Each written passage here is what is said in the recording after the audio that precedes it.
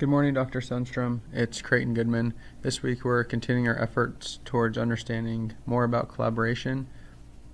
To do that, we're going to discuss the relational and perceptual aspects of power. We'll also include insight into this discussion from the perspective of accountability, or the pillar of accountability through public administration. The relational aspect of power in a collaborative context involves the process of bringing people together so that they can accomplish change or make a difference that can benefit the common good. When it's done correctly, this relational aspect of power will acknowledge team members' individual talents and then also trust that the members will acknowledge the diverse talents of the group as a whole. Jim Purdy this week in his article talks about discursive legitimacy, and he says, quote, "An organization with discursive legitimacy draws its power from the status of the values or logic it represents." In the picture there I have Martin Luther King to illustrate this example. Martin Luther King linked his movement to a societal value, and the societal value at the time was equal rights for minorities. And by linking the value of, by linking that societal value, Martin Luther King was able to exert and generate a lot of power. While working to achieve a group's goal, the relationship among the members must permit each other to answer and explain their actions. There's a picture here of Harry Truman and President Harry Truman. He was president after World War II and operated on the principle of the buck stops here. He participated in a lot of collaboration. That's when the women's movement started, and futurism with all the space race right after his presidency.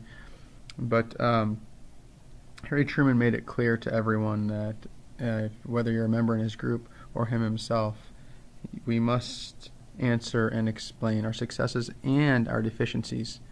And then when we do make mistakes or we are deficient in an area, we must do our best to work together to fix them.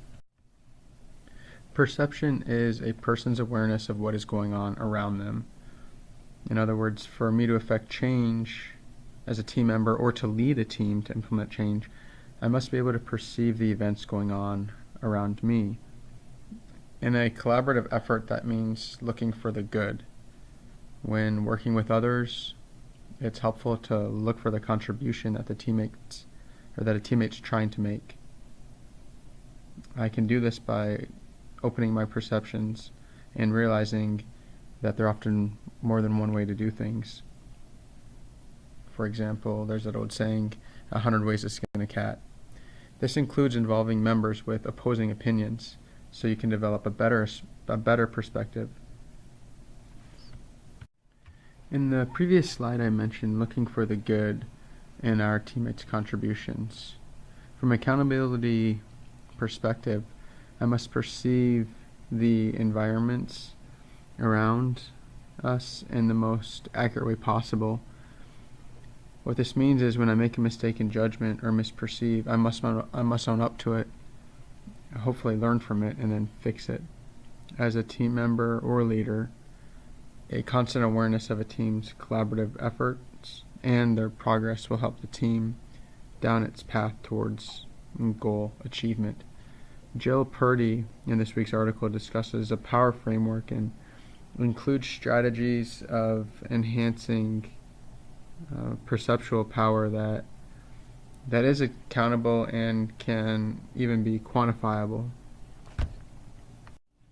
The objective ability to command resources is important, but in order to affect bigger collaborative efforts, a leader must do more than command resources.